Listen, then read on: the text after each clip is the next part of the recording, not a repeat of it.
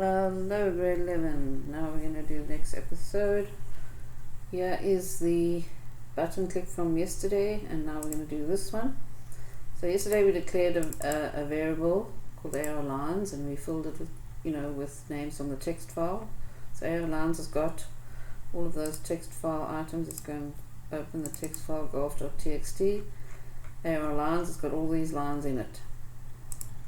The next button click event, we are going to declare a global array called ARNames with 200 strings and fill it with only the usernames from the global array called ARLines. So the usernames would be these email addresses. Okay, so we're going to only use the email addresses from ARLines. Now we know that this is in ARLines, this text file. And how do we know? Because we did it in this button click event from yesterday. Now we're going to declare an array called ARNames colon array 1.200 of string, and we want to fill it with the array called ARLines. Now ARLines was done in the previous activity and we had an count ARR. Remember all of that? So I'm going to copy and paste this code. Normally we're supposed to do it with global arrays, but I'm not using global arrays here now. For whatever reason, I don't know, but I'm not using global arrays. Just because, you have to go find the global array, and it's way at the top of the code. You scroll right up. Oops, sorry, actually it's not so far away. So ARNames, can be declared. But here's the thing, here's ARNames here. If we look at ARLines, it's an array 1 to 200 of string. In ARNames, it says ARName type. So these are the global arrays. If we go and look at ARName type, it's a data type that is being declared here. This is what we need to be aware of. ARName type is this, an array 1 to 200 of string. That's the data type. So instead of saying, let's get back to it, like I said, so much stuff to scroll through. Instead of saying ARName, instead of saying this, okay, we could have done that, just like that. We called it ARName type. ARName type. So we should actually do the same for ARLines. And did you know you can make one array equal to the other by using this type declaration, this ARName type. If you use a type, a data type, like we've just declared, you can go up at the top of your code, you do the data types underneath the word type, not underneath this form one, but underneath that word type.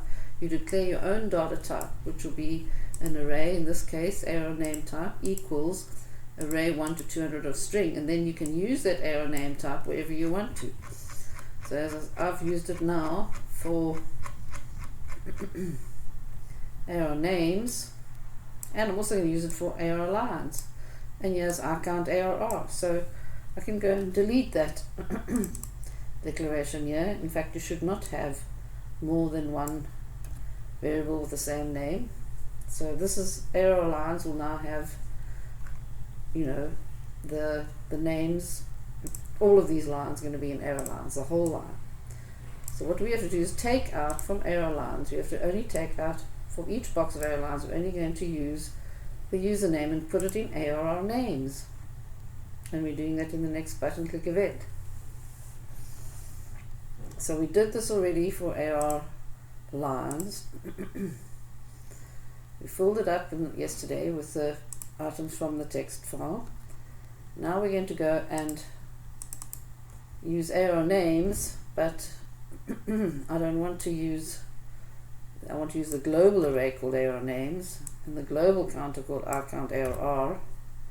And it's going to be the same count, isn't it? Because if we're going to use every single every single one of these, it's going to be the same number of boxes. So ARNames and ARLines are going to be the same data type, and I don't have to go and fill it from the rich edit again because we did it in the previous button click event. So I'm just sorry, excuse me, I'm just going to take this out because we've done it already. This is the other button click event. This is the button click event here. We did this yesterday. There it is. Now we're on to this one,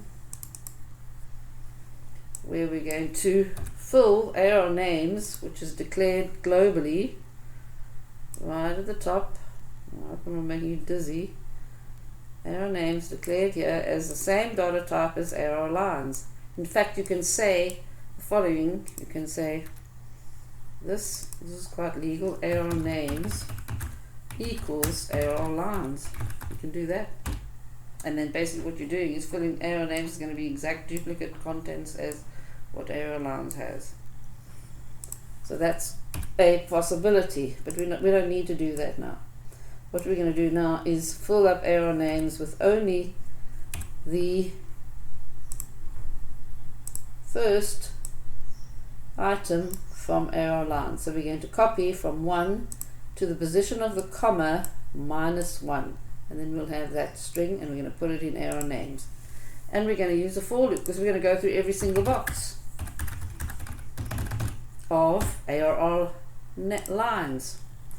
For k equals, and how many boxes are there? R count ARR. We filled it up in the text file, remember over here? We increment our counter and we put it into arrow lines. And now we're just going to say arrow names square brackets k equals copy from arrow lines square brackets k, starting at 1 to the position of the comma in ARR lines square brackets k -1.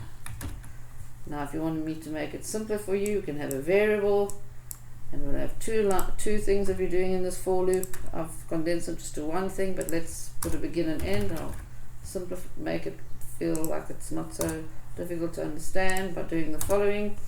So we go and get another variable called suser, and we go and pull the user out from arrow lines. Suser, copy it from there, copy from arrow lines square brackets k, starting at 1 to the pos of the comma in arrow lines square brackets. Wait, we don't have to do that. We just say suser is arrow lines square brackets k. Right, and then all we have to do is put, instead of arrow lines square brackets k, we put suser. And that sort of makes the line a little bit more condensed, and you sort of understand more what's happening there now. You can see that better, hey? So we've basically, arrow lines and arrow names are basically parallel arrays. That's what they are, because they have the same number of boxes in each one, and yeah, the same data type as well. So we'll go up and have a look at them again. They're declared as arrow names type. Oops, sorry. There they are. There's arrow names. It's arrow name type. And arrow lines is the same arrow name type. It's the same data type. And here we have arrow num. Here we're going to get to that one soon, and that'll be next week. So let's go and finish this off. They say we must display arrow names, and we can do it in the same for loop. Why not? Red arrays dot lines dot add arrow names square brackets k. Instead of making another for loop, we can display it each after we filled it, each box. So we get, what are we doing? We're going from 1 to r count ARR, which we'd established in the previous activity where we incremented a counter when we read from the text file into arrow lines. And then we get the user is going to be arrow lines square brackets k, and we're copying, we just get a string, okay? I don't know why I call it suser, maybe I should call it sline, maybe it's more easy to understand. It's very important that you use proper variable names in your pat and anywhere. Variable names that you can understand what they mean. I'm just getting the line from arrow line square brackets k, and then in arrow names I'm copying from that s line.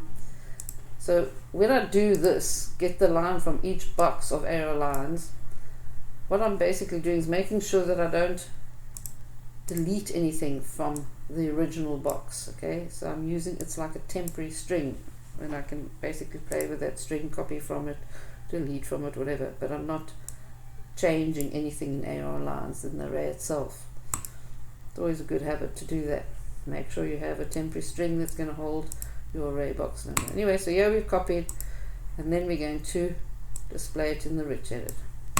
And that's done. Now you must do the test for marks, the activity that is on Teams, and I'll see you next week.